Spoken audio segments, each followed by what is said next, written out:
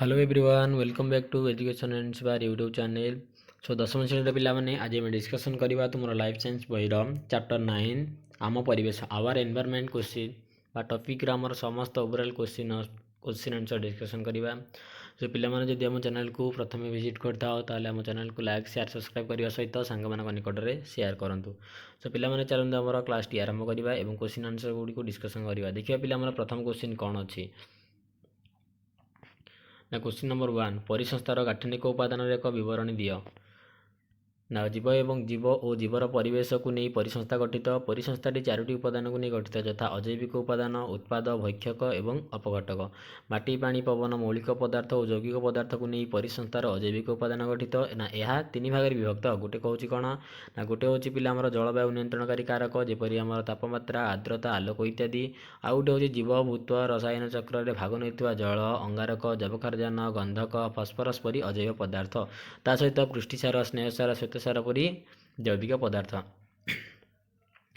Then next आसो पिला आमर ना परिवेश पिले समस्त प्रकार सबुज उद्भिद यथा घास गछ प्लव उद्भिद आदि आमर उत्पादक और से क्लोरोफ्लोर नामक एक प्रकार सबुज कणा सूर्यर आलोक शक्ति को रासायनिक शक्ति में परिणत कर श्वेतसार रूपांतरित करे और निजर खाद्य से निजे प्रस्तुत कर साहाय्य करे। से आमर कहुए स्वभोजी अथवा कौन स्वपोषी बोली कहुए।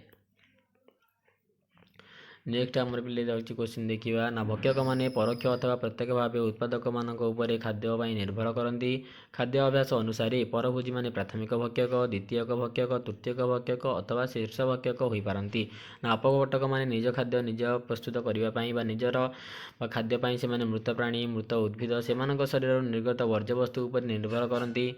बीजाणु कवक और केतक आदि प्राणी इत्यादि आमर अपघटकर उदाहरण। तब क्वेश्चन नंबर 2 देखा खाद्य श्रृंखला और यार महत्व आलोचना कर ना। परिसंस्थार उत्पादक ठारू विभिन्न प्राणी दे खाद्य आमर अथवा खाद्य स्थित शक्तिर प्रवाह को आमर कहुए खाद्य श्रृंखला ना। खाद्य श्रृंखला केतेक पोषक स्तर को नहीं गठित। समस्त स्वभोजी एवं प्रथम पोषकर स्तर अंतर्भुक्त और तृणभोजी मान होती द्वितीय पोषक स्तर और अन्य भक्षक मैंने परवर्ती पोषक स्तर पिले स्थान अधिकार करती। खाद्य श्रृंखला अति बेसी 5टी आमर लेयर होता है 5टी स्तर ना। यहाँ चार्ल्स एल्टन नामक जड़े इंग्रेज परिवेशविद अनुसंधान करते। ये क्वेश्चन मन रखिए किए आमर प्रथम खाद्य श्रृंखला को अनुसंधान करते ना चार्ल्स एल्टन।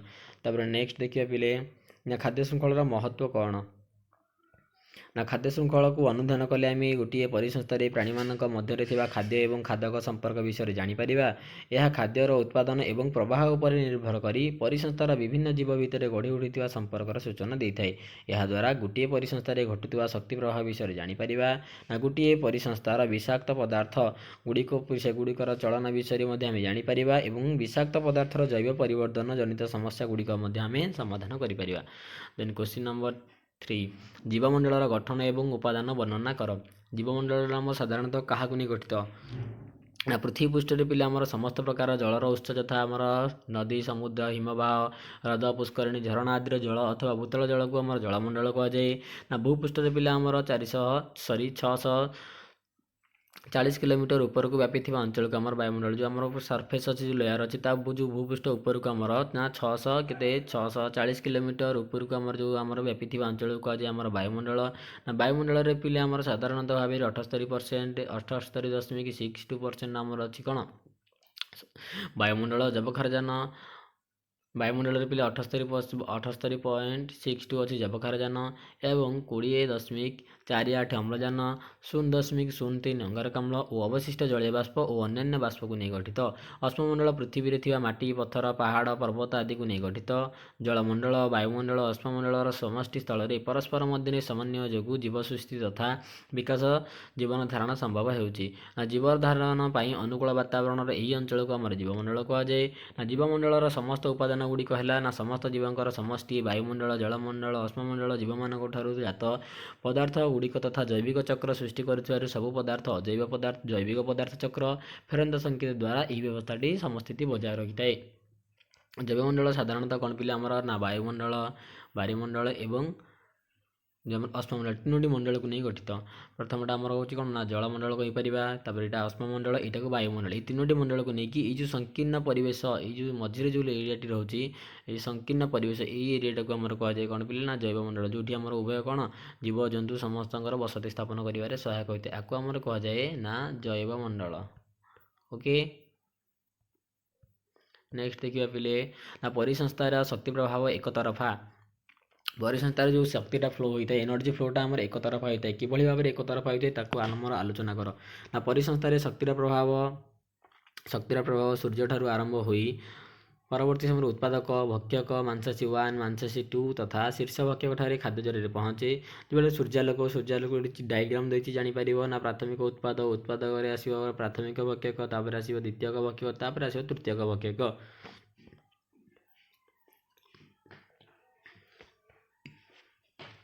ନା କୌଣସି ପରିସଂସ୍ଥାରେ ଶକ୍ତିର ପ୍ରଭାବ ସୂର୍ଯ୍ୟଠାରୁ ଆମର ସ୍ୱଭୋଜୀ ଏବଂ ତାପରେ ସମସ୍ତ ଭକ୍ଷକ ଅପଘଟକମାନଙ୍କ ପାଖରେ ସିଧାସଳଖ ଭାବରେ ଗୋଟିଏ ଦିଗରେ ପ୍ରବାହିତ ହୋଇଥାଏ। ତେଣୁ ଏହାର ଶକ୍ତିଟି ଆମର କ'ଣ ଶକ୍ତି ପ୍ରଭାବଟି ଆମର ସବୁବେଳେ ଏକତରଫା ହୋଇଥାଏ। ଦେନ୍ ପିଲେ କହିଛି ଆମର ଅମ୍ଳଜାନ ଚକ୍ର ବିଷୟରେ ଆଲୋଚନା କର। ନା ଅମ୍ଳଜାନ ହେଉଛି ପିଲେ ଆମର ଜୈବିକ ପଦାର୍ଥର ଏକ ମୁଖ୍ୟ ଅଣୁ। ଏହା ଶ୍ୱେତସାର, ପୁଷ୍ଟିସାର, ସ୍ନେହସାର, DNA, RNA ଇତ୍ୟାଦିର ବିଭିନ୍ନ ପରିମାଣରେ ରହିଥାଏ।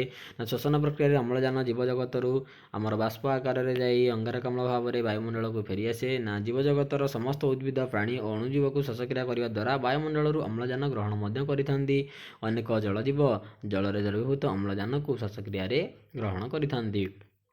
ଏହି ଅମ୍ଳଜାନ ଶରୀରରେ ଥିବା ଜୈବିକ ପଦାର୍ଥକୁ ଦହନ କରିବାରେ ବ୍ୟବହୃତ ହୋଇ ଜୀବନ ଧାରଣ ପାଇଁ ଆବଶ୍ୟକୀୟ ଶକ୍ତି ପ୍ରସ୍ତୁତ କରିଥାଏ, ଯାହାଦ୍ୱାରା ଆମର ଅଙ୍ଗାରକାମ୍ଳ ଗ୍ୟାସ୍ ନିର୍ଗତ ହୋଇଥାଏ। ଏହା ହେଉଛି ପିଲା ଆମର ଅମ୍ଳଜାନର ଚକ୍ର। ଅମ୍ଳଜାନକୁ କିଭଳି ଭାବରେ ଆମର ଅଣୁଜୀବ ଓ ଜୀବଜନ୍ତୁମାନେ ତାଙ୍କ ଶ୍ୱସନ ଅପଘଟନ ମାଧ୍ୟମରେ ଅଙ୍ଗାରକାମ୍ଳକୁ ଛାଡ଼ିଥାନ୍ତି, ଯାହାଦ୍ୱାରା ସବୁଜ ଉଦ୍ଭିଦ ଗ୍ରହଣ করে। ସବୁଜ ଉଦ୍ଭିଦ ତାର ଆଲୋକ ଶୋଷଣ ପ୍ରକ୍ରିୟା ମାଧ୍ୟମରେ ଅମ୍ଳଜାନକୁ ପୁଣି ପଦକୁ ଆମର ଟାଣିଥାଏ। ଏଇଭଳି ଭାବରେ ପିଲା ଆମର ସାଇକେଲ ହିସାବରେ ସର୍କଲ ହିସାବରେ ଆମର ଏଇଟା ଚାଲିଥାଏ। ଆକୁ ଆମର କୁହାଯାଏ କ'ଣ ପିଲେ ଆମର ଅମ୍ଳଜାନ ଚକ୍ର ବୋଲି ଆମର କୁହାଯାଏ। ଦେନ୍ ପିଲେ ନେକ୍ସଟ ଦେଖିବା ପିଲେ ଆମର ନା ଅଙ୍ଗାରକର ମାଟି, ଜଳ, ବାୟୁମଣ୍ଡଳ ଓ ଜୀବ ଶରୀର ମାଧ୍ୟମରେ ଚକ୍ରାକାର ପ୍ରବାହ ପ୍ରକ୍ରିୟା ବର୍ଣ୍ଣନା କର। ନା ସବୁଜ ଉଦ୍ଭିଦମାନେ ବାୟୁମଣ୍ଡଳରୁ ଅଙ୍ଗାରକାମ୍ଳ ଶୋଷଣ କରି ଆଲୋକ ଶୋଷଣ ପ୍ରକ୍ରିୟା ଦ୍ୱାରା ଜୈବିକ ଖାଦ୍ୟ ପ୍ରସ୍ତୁତ କରନ୍ତି। ସେହିପରି ଜଳଜ ଉଦ୍ଭିଦମାନେ ଜଳରେ ଦ୍ରବୀଭୂତ ଅଙ୍ଗାରକାମ୍ଳ, ଯାହାକୁ ଆମେ କହିଥାଉ କ'ଣ ନା ବାୟୁ କାର୍ବୋନେଟ୍ ଗ୍ରହଣ କରି ଜୈବିକ ପଦାର୍ଥ ଖାଦ୍ୟ ପ୍ରସ୍ତୁତ ସେମାନେ କରିଥାନ୍ତି। ଏଥିରୁ କିଛି ପରିମାଣରେ ପିଲା ଆମର ଜୈବିକ ପଦାର୍ଥ ଉଦ୍ଭିଦମାନଙ୍କ ଦ୍ୱାରା ଶ୍ୱାସକ୍ରିୟାରେ ସହାୟକରେ ଦହନ ହୋଇଥିବାରୁ ଏହା ବାୟୁମଣ୍ଡଳର ପୁନର୍ବାର ଅଙ୍ଗାରକାମ୍ଳ ଗ୍ୟାସ୍ ସହିତ ମିଶି ଫେରିଆସିଥାଏ। ନା ଅବଶିଷ୍ଟ ଅଙ୍ଗାରକ ଜୈବିକ ପଦାର୍ଥରେ ଭାବରେ ଉଦ୍ଭିଦମାନଙ୍କ ଶରୀର ଗଠନରେ ବ୍ୟବହୃତ ହୋଇଥାଏ। ତାପରେ କହୁଛି ପ୍ରାଣୀ ଜଗତରେ ବିଭିନ୍ନ ଖାଦ୍ୟ ସ୍ତର ଦେଇ ଏହି ଅଙ୍ଗାରକ ପ୍ରବାହିତ ହୋଇଥାଏ। ନା ଉଦ୍ଭିଦ ଓ ପ୍ରାଣୀମାନଙ୍କ ଦ୍ୱାରା ଉଦ୍ଭିଦରେ ରଚିତ ଏବଂ ମୃତ ଜୈବିକ ପଦାର୍ଥ ଗୁଡ଼ିକର ଅଣୁଜୀବମାନଙ୍କ ଦ୍ୱାରା ଅପଘଟିତ ହୋଇ ପୁନର୍ବାର ଅଙ୍ଗାରକାମ୍ଳ ବାଷ୍ପ ଭାବରେ ବାୟୁମଣ୍ଡଳକୁ ସେ ଫେରିଯାଇଥାଏ। ନା ଜୀବମାନଙ୍କ ଶ୍ୱାସକ୍ରିୟାରୁ ମଧ୍ୟ ଅଙ୍ଗାରକାମ୍ଳ ଆମର ସୃଷ୍ଟି ହୁଏ, ଏହା ବାୟୁମଣ୍ଡଳରୁ ନିର୍ଗତ ହୋଇଥାଏ। ଏଇଟା ହେଉଛି କ'ଣ ପିଲେ ଆମର ଅଙ୍ଗାରକାମ୍ଳ ଚକ୍ର, କିଭଳି ଭାବରେ ସର୍କଲ ବାୟୁମଣ୍ଡଳରୁ ଅଙ୍ଗାରକାମ୍ଳ କିଭଳି ଭାବରେ ଆମର ପ୍ରବାହିତ ହୋଇଥାଏ ଗୋଟିଏ ଦିଗରୁ ଆଉ ଗୋଟେ ଦିଗକୁ। ନେକ୍ସଟ କ୍ୱେଶ୍ଚିନ୍ କହିଛି ନା ସଂକ୍ଷେପରେ ଉତ୍ତର ଦିଅ। ନା ପରିସଂସ୍ଥାରେ ଅପଘଟକମାନଙ୍କର ଭୂମିକା କ'ଣ? ନା ଉତ୍ପାଦକ ଓ ସମସ୍ତ ପ୍ରକାରର ଭକ୍ଷକମାନଙ୍କର ମୃତ୍ୟୁ ପରେ ତାହା ଅପଘଟକମାନଙ୍କ ଦ୍ୱାରା ବିଭିନ୍ନ ମୌଳିକ ଉପାଦାନରେ ପରିଣତ ହୋଇଥାଏ ଅଥବା ତାହା ମାଟି ଏବଂ ବାୟୁମଣ୍ଡଳରେ ମିଶିଥାଏ। ଜୈବ ପରିବର୍ଦ୍ଧନ କ'ଣ? ଏଥିଯୋଗୁଁ ଆମର କି ଅସୁବିଧା ହେଉଛି? ନା ଖାଦ୍ୟ ପ୍ରବାହ ଜରିଆରେ ପ୍ରାଣୀ ଶରୀରରେ ବିଷାକ୍ତ ପଦାର୍ଥର କ୍ରମାଗତ ବୃଦ୍ଧିକୁ ଜୈବ ପରିବର୍ଦ୍ଧନ କହନ୍ତି। ନା ଏହା ଫଳରେ ଆମର ବିଭିନ୍ନ ପ୍ରକାର ରୋଗରେ ଆମେ ଆକ୍ରାନ୍ତ ହୋଇଥାଉ। ନେକ୍ସଟ କହିଛି ଖାଦ୍ୟ ଜାଲି କହିଲେ କ'ଣ ବୁଝ? ପରିବେଶରେ ଗୋଟିଏ ପ୍ରକାରର ଖାଦ୍ୟକୁ ଅନେକ ପ୍ରକାରର ପ୍ରାଣୀମାନେ ଖାଆନ୍ତି। ସେହି ପ୍ରାଣୀକୁ ଅନ୍ୟ ପ୍ରାଣୀମାନେ ଖାଦ୍ୟ ରୂପରେ ବ୍ୟବହାର କରନ୍ତି। ତେଣୁ ପରିବେଶରେ ପ୍ରାଣୀମାନଙ୍କ ମଧ୍ୟରେ ଖାଦ୍ୟ ସମ୍ପର୍କ ଗୋଟିଏ ସରଳ ରେଖା ପରି ନ ହୋଇ ଏହା ଏକ ଗଛର ଶାଖା ପରି ଛନ୍ଦାଛନ୍ଦି ହୋଇ ଜାଲ ସୃଷ୍ଟି କରେ। ଏହାକୁ ଆମର ଖାଦ୍ୟ ଜାଲି କୁହାଯାଏ। ଗୋଟିଏ ପ୍ରାଣୀକୁ ଆଉ ଗୋଟିଏ ପ୍ରାଣୀ ଖାଇଥାଏ ଏବଂ ତାକୁ ମଧ୍ୟ କ'ଣ ପିଲେ ଆମର ଆଉ ଗୋଟିଏ ପ୍ରାଣୀ ଖାଇଥାଏ। ସେଭଳି ଏଇ ଯେଉଁ ପ୍ରାଣୀମାନଙ୍କୁ ଅନେକ ପ୍ରାଣୀମାନେ ମଧ୍ୟ ଖାଇଥାନ୍ତି। ତ ଏହା ଆମର କ'ଣ ପିଲେ ନା ଖାଦ୍ୟ ଶୃଙ୍ଖଳରେ ଏହା ଛନ୍ଦି ହୋଇକି ରହିଥାଏ। ତେଣୁକରି ୟାକୁ ଆମର କୁହାଯାଏ ଖାଦ୍ୟ ଜାଲି। Next ecological pyramid. ଏହା କି ପ୍ରକାରର? ନା ଉତ୍ପାଦକ ସ୍ତରଠାରୁ ତୃତୀୟ ଭକ୍ଷକ ସ୍ତର ପର୍ଯ୍ୟନ୍ତ ଜୀବମାନଙ୍କର ସଂଖ୍ୟା ଏବଂ ଶକ୍ତିର ପ୍ରଭାବ କ୍ରମଶଃ କମି ଆସିଥାଏ, ଯାହାଦ୍ୱାରା ପରବର୍ତ୍ତୀ ସମୟରେ ତାଙ୍କର ସଂଖ୍ୟା ଅଥବା ଶକ୍ତି ପ୍ରଭାବର ପରିମାଣ ଅନୁସାରେ ଏମାନେ ସଜାଇ ହୋଇ ଏକ ପିରାମିଡ଼ ଭଳି ଦେଖାଯାଏ। ଏହାକୁ ଇକୋଲୋଜିକାଲ ପିରାମିଡ଼ କୁହାଯାଏ। ଏହା କ'ଣ ପିଲା ଆମର ନା ଏକ ପ୍ରକାର ଇକୋଲୋଜିକାଲ ପିରାମିଡ଼ ପ୍ରକାରର ଆମର ଦେଖାଯାଏ। ଯେଉଁ ଶକ୍ତି ପ୍ରଭାବଟା ଧୀରେ ଧୀରେ ଆମର କ'ଣ ଯେତେବେଳେ ଆମର ନେକ୍ସଟ ସ୍ତରକୁ ଯେତେବେଳେ ସଞ୍ଚାରଣ ହୋଇଥାଏ ସେଇଟା ଆମର କମି କମି ଯାଇଥାଏ। ଯାହାଦ୍ୱାରା ଏହା ମୁଖ୍ୟତଃ ପିଲା ଆମର ଦୁଇ ପ୍ରକାର, ଗୋଟେ ହେଉଛି ଆମର ଜୈବିକ ବସ୍ତୁତ୍ୱ ପିରାମିଡ଼, ଆଉ ଗୋଟେ ହେଉଛି ଆମର ଶକ୍ତି ପିରାମିଡ଼। ନେକ୍ସଟ କ୍ୱେଶ୍ଚିନ୍, ପରିସଂସ୍ଥାରେ ସମସ୍ଥିତି କିପରି ସମ୍ଭବ ହୁଏ? ନା ଜୀବ ଶରୀରର ମଧ୍ୟରେ ଥିବା ନିର୍ଦ୍ଦିଷ୍ଟ ନିୟନ୍ତ୍ରଣ ପ୍ରକ୍ରିୟା ଦ୍ୱାରା ଦେହ ଭିତରେ ପରିବେଶର ସମସ୍ଥିତି ରକ୍ଷା କରିପାରେ। ଯଥା ଅତ୍ୟଧିକ ଶୀତ ପ୍ରକୋପରୁ ରକ୍ଷା ପାଇବା ପାଇଁ ଲୋମ ଟାଙ୍କୁରି ଉଠେ ଅଥବା ଶରୀରକୁ ଥରିବାକୁ ଆମର ଆରମ୍ଭ କରେ। ପରିସଂସ୍ଥାରେ ସମସ୍ଥିତି ରକ୍ଷା କରିବା ପାଇଁ ତହିଁରେ ଥିବା ବିଭିନ୍ନ ଉପାଦାନମାନଙ୍କରେ ପରସ୍ପର ମଧ୍ୟରେ ସମନ୍ୱୟ ରକ୍ଷା କରି କାର୍ଯ୍ୟ କରିଥାନ୍ତି। ନେକ୍ସଟ 10% ନିୟମ ବୁଝାଅ। ନା ଯଦି ଗୋଟିଏ ପରିସଂସ୍ଥାରେ ଉତ୍ପାଦକ ସ୍ତରରେ ଶ୍ରେଣୀର ଶକ୍ତିଶୀଳ ଶ୍ରେଣୀ ଆମର 100 କ୍ୟାଲୋରୀ ଯଦି ହୋଇଥାଏ, ତେବେ ତୃଣଭୋଜୀ ସ୍ତରରେ ଶକ୍ତିର ପରିମାଣ 10 କ୍ୟାଲୋରୀ ହେବ। ଏହାକୁ 10% ନିୟମ କହନ୍ତି। ସର୍ବପ୍ରଥମେ ଆମର ଲିଣ୍ଡେମାନ ଏହାକୁ ଆମର ପ୍ରଣୟନ କରିଥିଲେ। କ୍ୱେଶ୍ଚିନ୍ MCQ ଯଦି ଆସିବ ପିଲେ ଆମର 10% ନିୟମ କିଏ ପ୍ରଣୟନ କରିଥିଲେ? ନା କି ଆମର ନା ଲିଣ୍ଡେମାନ। ନେକ୍ସଟ କ୍ୱେଶ୍ଚିନ୍, ପରିସଂସ୍ଥା କହିଲେ କ'ଣ ବୁଝ? ନା ପରିସଂସ୍ଥା କହିଲେ ଗୋଟିଏ ଅଞ୍ଚଳରେ ବସବାସ କରୁଥିବା ସମସ୍ତ ସଜୀବ, ଯେଭଳି ଭାବରେ ପ୍ରାଣୀ, ଉଦ୍ଭିଦ ଏବଂ ଅଣୁଜୀବ ଅଥବା ନିର୍ଜୀବ, ଯେପରି ଭାବରେ ମାଟି, ପାଣି, ପବନ, ଏଇମାନଙ୍କୁ ନେଇ ଆମର ପରିସଂସ୍ଥାଟିଏ ଗଠିତ। ଯଥା ଜଙ୍ଗଲ ପରିସଂସ୍ଥା, ତୃଣଭୂମି ପରିସଂସ୍ଥା, ସମୁଦ୍ର ପରିସଂସ୍ଥା। ଓକେ, ଆଶା କରୁଛି ସମସ୍ତ ପିଲାମାନେ ବୁଝିପାରୁଥିବ ଅତି ସହଜରେ। ଦେନ୍ କ୍ୱେଶ୍ଚିନ୍ ନମ୍ବର ଦେଖିବା ପିଲେ, ନା ସଂକ୍ଷିପ୍ତ ଟିପ୍ପଣୀ ଲେଖ। ଜୈବ ଅବନମିତ ଅକ୍ଷମ ବର୍ଜ୍ୟ। ନା ଯେଉଁ ବର୍ଜ୍ୟ ବସ୍ତୁଗୁଡ଼ିକ ଆମ ପରିବେଶର ଅଣୁଜୀବମାନଙ୍କ ଦ୍ୱାରା ଏହାର ଅପଘଟନ ହୁଏ ନାହିଁ, ସେଗୁଡ଼ିକୁ ଆମର ଜୈବ ଅବନମିତ ଅକ୍ଷମ ବର୍ଜ୍ୟ କହନ୍ତି। ଯଥା ପ୍ଲାଷ୍ଟିକ, ପାରଦ, ଧାତବ ପଦାର୍ଥ, କେତେକ ରାସାୟନିକ ପଦାର୍ଥ। ନା ଜୈବ ଅବନମିତ କ୍ଷମ ବର୍ଜ୍ୟ କାହାକୁ କୁହାଯାଏ? ନା ଯେଉଁ ବର୍ଜ୍ୟଗୁଡ଼ିକ ପରିବେଶରେ ଅପଘଟିତ ହୋଇ ମାଟିରେ ମିଶେ ସେଗୁଡ଼ିକୁ ଜୈବ ଅବନମିତ କ୍ଷମ ବର୍ଜ୍ୟ କୁହାଯାଏ। ଯଥା ଆମର ପନିପରିବା, ଫଳମୂଳ, ପତ୍ର, କାଗଜ, କାଠ ଇତ୍ୟାଦି। ନେକ୍ସଟ ଆସିବ ପିଲା ଆମର କଳ୍ପବୃକ୍ଷ। କଳ୍ପବୃକ୍ଷ ହେଉଛି ଏକ ସଂସ୍ଥା ଯାହା ଦିଲ୍ଲୀ ଏବଂ ଏହାର ଆଖପାଖ ଅଞ୍ଚଳରେ ବାୟୁର ପ୍ରଦୂଷଣ ଉପରେ ଗବେଷଣା କରିବା ସହ ସବୁଜ ବଳୟ ସୃଷ୍ଟି ପାଇଁ 1779 ମସିହାରୁ କାର୍ଯ୍ୟ କରୁଛି। ଏହି ସଂସ୍ଥା ତରଫରୁ ସ୍କୁଲ ଛାତ୍ରଛାତ୍ରୀମାନେ ପରିବେଶ ସୁରକ୍ଷା ବିଷୟରେ ସେମାନଙ୍କୁ ଶିକ୍ଷା ମଧ୍ୟ ଦିଆଯାଉଛି। ତାପରେ ନେକ୍ସଟ ଆମର ଅମ୍ଳବର୍ଷା। ନା କଳକାରଖାନା ଓ ମୋଟର ଯାନରୁ ନିର୍ଗତ ସଲଫର ଡାଇଅକ୍ସାଇଡ୍, ନାଇଟ୍ରୋଜେନ୍ ଅକ୍ସାଇଡ୍ ବାୟୁମଣ୍ଡଳକୁ ଯାଇ ଜଳୀୟ ବାଷ୍ପ ସହିତ ମିଶି ସଲଫ୍ୟୁରିକ ଅମ୍ଳ ଏବଂ ନାଇଟ୍ରିକ ଅମ୍ଳରେ ପରିଣତ ହେବା ଫଳରେ ଅମ୍ଳବର୍ଷା ସୃଷ୍ଟି ହେଉଛି। ଯେଉଁ ଆମର ସଲଫର ଡାଇଅକ୍ସାଇଡ୍ ସେ ବାୟୁମଣ୍ଡଳରେ ମିଶିକି ସଲଫ୍ୟୁରିକ ଏସିଡ୍ କରୁଛି ଏବଂ ନାଇଟ୍ରୋଜେନ୍ ଅକ୍ସାଇଡ୍ଟା ସେ ବାୟୁମଣ୍ଡଳରେ ମିଶିକି ଆମର ନାଇଟ୍ରିକ ଅମ୍ଳରେ ପରିଣତ ହେଉଛି। ସେଥିପାଇଁ ଯାହାଦ୍ୱାରା ଅମ୍ଳବର୍ଷା ହେଉଛି। ଏହା ଫଳରେ ଶସ୍ୟ କ୍ଷେତ୍ରରେ ଉତ୍ପାଦନର କ୍ଷମତା ମଧ୍ୟ କମିବାରେ ଲାଗିଛି।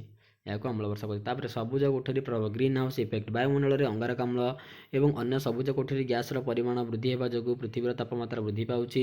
ତେଣୁ ପୃଥିବୀର ସବୁଜ କୋଠରୀ ପ୍ରଭାବ ପରିଲକ୍ଷିତ ହେଉଛି। ଯଥା ଆମର ବିଶ୍ୱତାପନ ଅଥବା ଗ୍ଲୋବାଲ ୱାର୍ମିଂ। ଦେନ୍ ଆମର ଓଜୋନ ଛିଦ୍ର। ନା ଶୀତଳୀକରଣ ଯନ୍ତ୍ର ଯାହାକୁ ଆମେ କହୁଛେ ଆମର ଫ୍ରିଜ୍, এই ଶୀତଳୀକରଣ ରେଫ୍ରିଜରେଟର, ଶୀତଳୀକରଣ ଯନ୍ତ୍ର ଏଗୁଡ଼ିକ ବ୍ୟବହାର କରିବା ଦ୍ୱାରା ସେଥିରେ ଥିବା ଆମର CFC କ୍ଲୋରୋଫ୍ଲୋରୋକାର୍ବନର ଗ୍ୟାସ୍ ଅଥବା ଓଜୋନ ସ୍ତରରେ ଆମର ରନ୍ଧ୍ର ଅଥବା ଛିଦ୍ର ସୃଷ୍ଟି କରୁଛି, ଯାହାଦ୍ୱାରା ସୂର୍ଯ୍ୟଙ୍କର ଅତିବାଇଗଣୀ ରଶ୍ମି UV ଅଲ୍ଟ୍ରାଭାୟୋଲେଟ୍ ରେ ପୃଥିବୀ ପୃଷ୍ଠରେ ସିଧାସଳଖ ପଡ଼ି ମନୁଷ୍ୟ ଦେହରେ ଚର୍ମ କର୍କଟ, ସ୍କିନ୍ କ୍ୟାନ୍ସର ଆଦି ରୋଗମାନ ସୃଷ୍ଟି କରିଥାଏ। ଦେନ୍ ସ୍ଥୂଳପୋଷକ। ସ୍ଥୂଳପୋଷକ କେଉଁଗୁଡ଼ିକ? ନା ଜୀବ ଶରୀର ପାଇଁ ଅଧିକ ପରିମାଣରେ ଆବଶ୍ୟକ ହେଉଥିବା carbon, nitrogen, oxygen, hydrogen, sulphur, phosphorus, calcium, magnesium, potassium ଆଦି ମୌଳିକ ଉପାଦାନକୁ ଆମର ସ୍ଥୂଳପୋଷକ କୁହାଯାଏ।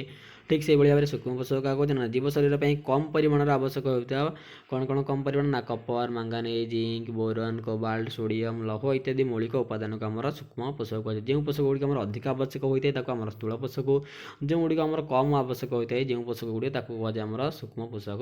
ଅଧିକ ଆବଶ୍ୟକ ହେଲେ ସ୍ଥୂଳ ପୋଷକ, ସୂକ୍ଷ୍ମ ପୋଷକ କାହାକୁ କୁହାଯାଏ? ନା ଯେଉଁ ପୋଷକ ଗୁଡ଼ିକ ଆମ ଶରୀରକୁ କମ୍ ଦରକାର ହୋଇଥାଏ।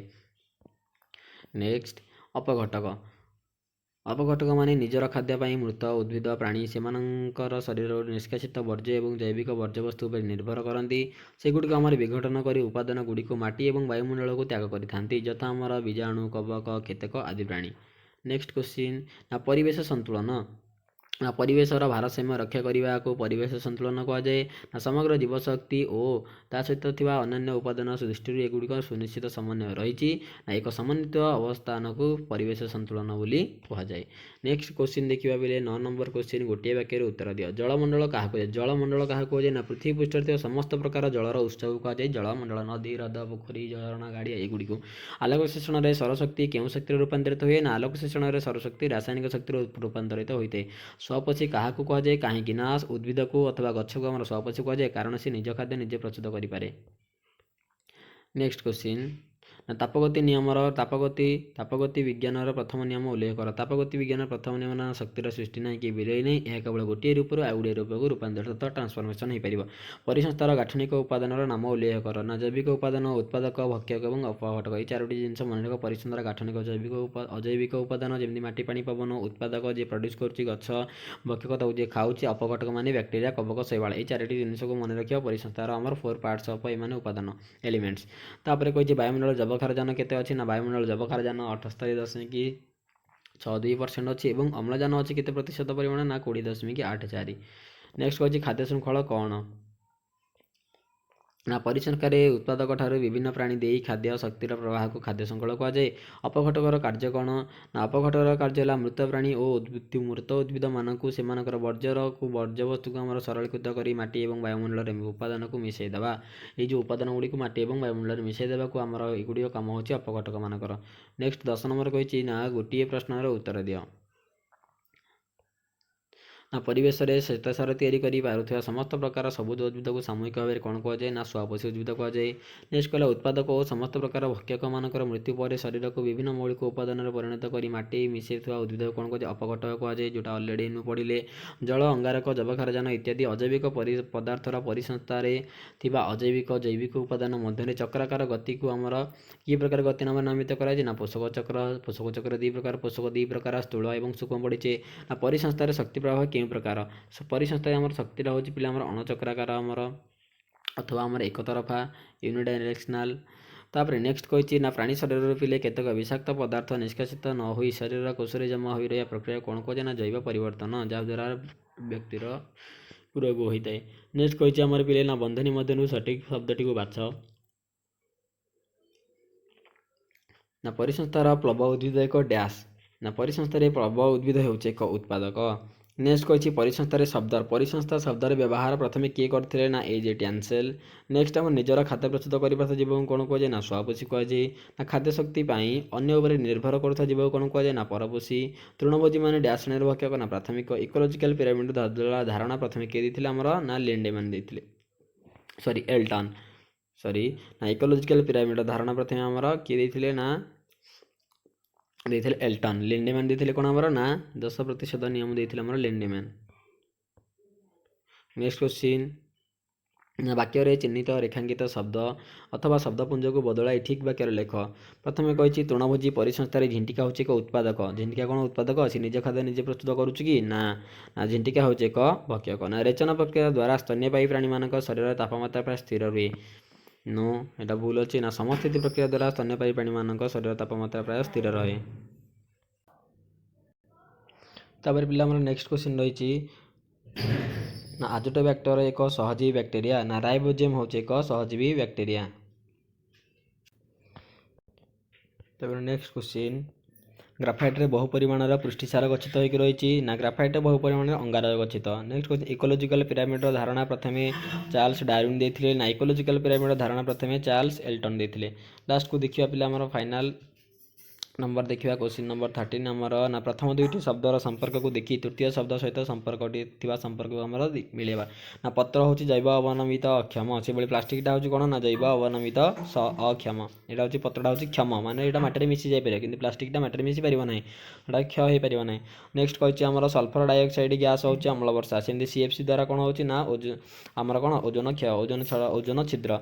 कार्बनटा हूँ स्थूल पोषक मांगानिजटा आमर सूक्ष्म पोषक 10% नियम लिंडेमैन इकोलोजिकल पिरामिड एल्टन झिंटिका प्राथमिक भक्षक बेंगटा हूँ द्वितीयक भक्षक।